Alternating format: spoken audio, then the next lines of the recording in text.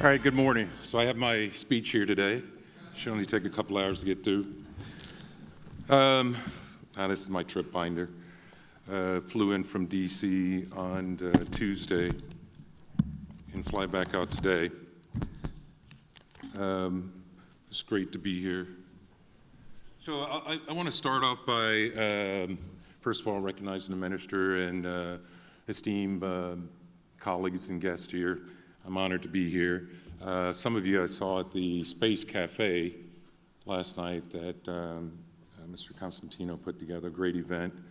And I got my speechwriter here, recognize her, Gail Smickless. I'm going to talk about her real quick. Raise your hand, Gail, so they know who I'm about to talk about here. So a lot of you came up and said, hey, that was a great speech, and I got to give credit where credit is due. That's all I'll do to Gail. So if you like anything I say, go congratulate her. If you don't like it, then it's my fault. I didn't present it the right way. So a few of you yesterday came up and congratulated Gail. So we're all at dinner, and she's like, hey, sir, that speech you gave that I wrote, a lot of people liked it. I'm like, yes. That speech I wrote that you gave, got a lot of compliments on it. I said, okay. You know that speech, Gail? Gail, what are you trying to say? She's like, that was probably a good time to talk about that promotion. I said, that's great. She writes 2 speeches, and now she wants a promotion. So here's what I'll say. If this is number 3, let's get together and talk about that promotion. So, make sure I'm on the right page here. All right, so what I'm going to talk about is the same theme, right? So this will be similar to, for those of you who heard me talk last night about partnering. The name of the speech is Partnering to Win. And from my standpoint, we should never go this alone. That's why we have partners and allies. But I think one of the overlooked pieces that we need to consider is commercial, and I'll talk about all of these a little bit. So hopefully I'll give you a little bit of what you've heard before and emphasize what we're doing that you haven't heard. So throughout my career, I've seen firsthand how essential teamwork is in the military and in the broader space domain. The United States Space Force was established 5 years ago in 2019, and while we're the youngest and smallest branch of the U.S. military, currently around 14,000 Guardians, we are proud of the teamwork that we do to ensure space superiority for our nation and our allies. One of the core priorities of the Space Force is partnering to win. This speaks to the commitment that we have in building and strengthening partnerships across a variety of sectors, from allied nations to government organizations, and I think most importantly, to commercial. And I gave an example last night that I'll give the same example today. I'm told that one of the U.S. defense agencies, DARPA, was instrumental in the creation of the internet. And I'm sure there were some military requirements associated with that they pulled together. When you look at the internet today, I can tell you that if you left that to the military arm, that would not be military requirements, right? That was something that commercial took on in a competitive environment and built what we have today. The important part of that is that while we have actors trying to influence the data that's going across the internet, because of that expansion, because of commercial, it's more difficult to do. So we all have a role to play in this partnership, and we need to leverage each other, and we'll talk about that a little bit more. So for my organization, U.S. Space Forces Europe and Africa, I'm reminded every day how much we rely on our partners to achieve our mission. Like, we can't do it alone. So we coordinate across multiple domains to achieve space superiority. And one of my primary tasks is ensure we're ready to fight. Not that we want to fight, we want to ensure peace, but I think one of the ways we ensure peace is be prepared to fight. And so to be prepared, we have my command, I've given them several key priorities, and I'll go over those really quick. I had one of the individuals I was talking to last night, one of your colonel's infantrymen, and I'm not infantry, but he was concerned about where space was going to be for the infantry, and there was a rumor out there that for the infantry we weren't going to be there. I promise you we will be there. One of the things we're working on, and one of the things we need to work on as a group, on where we want to prioritize, where we want to spend our money, and what we want to do to make sure, that we're there during peacetime. And unfortunately, if things don't remain peaceful, what do we want to be around? but we will be there in some form or fashion. So I'm working, and I gave my team the priorities to work on aligning command relationships with theater assets. So that's my job. I'm focused on operational down to tactical, and so the individual, if they're in some type of conflict, if they need some information, for example, or they need satellite communication, as the last two speakers talked about, and one of the biggest significant events and why I'm here, we're here to help make sure that that's available. We're also coordinating, synchronizing, and deconflicting joint combined space operations. And that's just to make sure there's a unified effort and that this effort doesn't go to waste. And we're continually expanding allies' space capabilities, capacity, and interoperability. So I travel a lot to different allies and partner nations, and we talk about how we can work better together. So my command priorities enabled us to team up with our NATO allies and partners to ensure that we're ready for whatever comes next in the rapidly evolving space domain. So as many of you know, SATCOM is a fast-paced, broad mission area. It encompasses everything from voice to streaming video. It is necessary for commerce, government defense, as well as our personal lives. We have challenges in SATCOM and opportunities. So I want to talk about that because I think sometimes we will focus on one and not the other. And then I'll tell you why I'm not concerned. So let's talk about some of the challenges. So security. It is important to integrate, and I think the last speaker talked about that. So when you're talking, partnering with allies and partners and commercial, having a common architecture where you can do things rapidly across many different system and networks and sovereign nations is important. What that also does is open up cyber opportunities to try to defeat that. And so when you have stovepipe systems, you can't talk to each other, but they can only take down one system at a time. That would seem concerning, but this goes back to the partnering to win. We are better together than we are separately. And I have no fear about what the adversary brings as long as we work as a team. And so it's important to integrate. It's important to,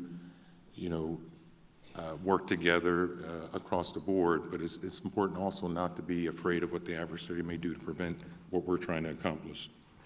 So SATCOM decisions require committing an architecture. So if you know anything about space, you come up with your requirements, and your architecture reflects your national security priorities. So for any architecture, I can probably look at your space architecture and determine your national security objectives. So as you look at that, and I've talked to many about this, we need to start with, as a sovereign nation or even as a commercial company, what are your objectives? And then work that back into the technology. The ability to determine what frequencies you need, what IT companies you're going to work with. So supply chain issues is probably something we need to think about earlier. So those are challenges we need to work through. Opportunities. It's never been cheaper to launch. Again, I will give credit to the commercial sector for that. And that's just a personal point of view. That is the commercial competition that's led to cheaper launch costs. We're shifting away from the U.S. standpoint, from primes to smaller companies. So as an example of where the state of industry is, companies are already offering emergency SATCOM from smartphones. I'm sure you've seen this, and now text and voice. And there are more companies testing options as we speak. So as part of the Space Force efforts to modernize tactical satellite communication infrastructure, the Space Force has considered or is considering how to ensure that international partners can benefit from and contribute to these capabilities. The next generation suite of more resilient communication satellite and ground capabilities is known as the Protected Anti-Jam Tactical Satellite Communication Family of Systems, or PATS. So leveraging partnerships is a priority for this effort. Space is a team sport. Foot stomp that again. Just this morning, we took some photos celebrating a major milestone, and I'll repeat what's been said before. We recently established a critical partnership with the NATO Support and Procurement Agency, where the U.S. and Luxembourg established a multi-orbit satellite communication agreement. This is the first ever contract for space capabilities that was awarded jointly by the United States and an ally. The agreement, known as the Global Commercially Contracted Satellite Support Partnership, awarded a contract for medium Earth orbit. That is a mouthful, by the way. I will echo that. awarded a medium Earth orbit SATCOM services that will increase capability and resiliency. This contract provides increased SATCOM services for resiliency, but most importantly, the support partnership highlights the current trend of leveraging the commercial sector and taking advantage of opportunities to collaborate with allies and partners to bring down costs and accelerate development timelines and building strength and resilience. Through these collaborations, we develop new technology, share scientific data, and ensure peace in space. Another partnership established last year I'd like to highlight is that NASA signed an agreement with Luxembourg to cooperate in space resource exploration. Another example of our partnerships in space transcends borders. We have also partnerships in the fields of education, training, and exercises. So when I go out to different places, there are certain things when I'm talking to my counterparts of different nations, there's certain things that fall within my authorities to do, and this is part of it, education, training, and exercises. There are other things that have to go through the embassy and partner and Department of State to do. But for this one, the National Security Space Initiative located in Colorado Springs is an example of how they go out and do a lot of education and training, and we support exercises from my command perspective for NATO partners and allies. Red Flag is another example of an exercise where we look to integrate space power with allies and partners to get that cutting-edge space domain awareness and action that we need. Additionally, my component is working routinely with NATO to build space competencies across the alliance through exercises, academics, scenario development support, and realistic scripts for exercises. And so, as many of you know, you train as you fight. So this is a key point here. Our adversaries understand the strategic advantage space provides, and they're developing capabilities to deny us that access. And so one of the things we all got to think about is, what are we going to do to defend what we get from space? And we're still working through that. And again, the integration, cooperation we have is going to help us get through that. One of the, I would say, foundational examples to consider is from a U.S. standpoint, I think, and it's probably applicable, elsewhere, is that we believe in a right to self-defense. So if you're in your house, you have a right to self-defense. At some point outside of your house, we expect the local police to help us out. Maybe the sheriff department. You cross state lines, the FBI gets involved. Threat to sovereignty, that's the Department of Defense. We have, commercials in there somewhere. We need to work through that with an understanding that our adversaries understand what space brings to the table. So as we continue to advance our space capabilities, we must also ensure that we have the necessary defensive systems in place to protect these capabilities. And a big part of that is space domain awareness. So understanding what's out there, that's a threat, detecting that and getting that to where it needs to be is going to be important. And so this is critical to maintaining the safety and security that we need. So the other thing we're doing from a Space Force perspective is pushing boundaries. The General and I talked about this last night, and I'll bring this up.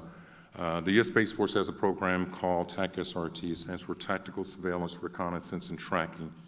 And it's basically a contract mechanism with commercial companies to get data analytics down to the tactical level. So it's information. So to be clear, I really don't have a TAC-SRT requirement. I have an information requirement.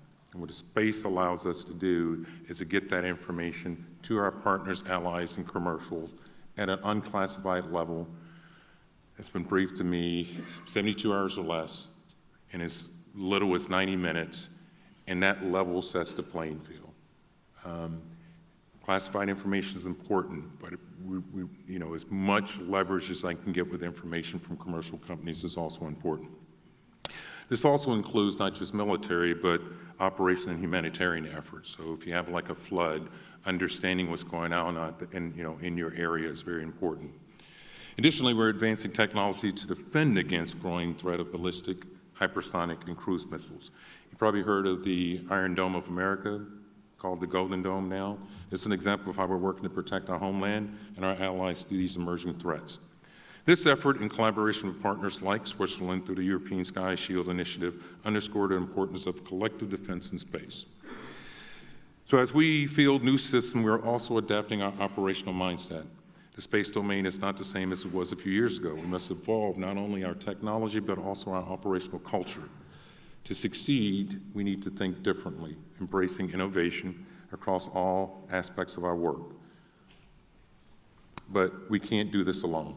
Again, teamwork, collaboration, and continuous sharing of knowledge and expertise. As we face these challenges, I'm confident that our partnership and our ability to work as a team will be the key to our success. So I'll close by iterating that space, without a doubt, is a team sport. Whether we're working within U.S. Space Force or with our NATO allies, partners, commercials, every player brings something valuable to the table. So together, we will continue to advance our capabilities and ensure the security and success of space operations. So I would like to thank you for your attention and your commitment to the shared missions, and I look forward to working with all of you in the future. Thank you.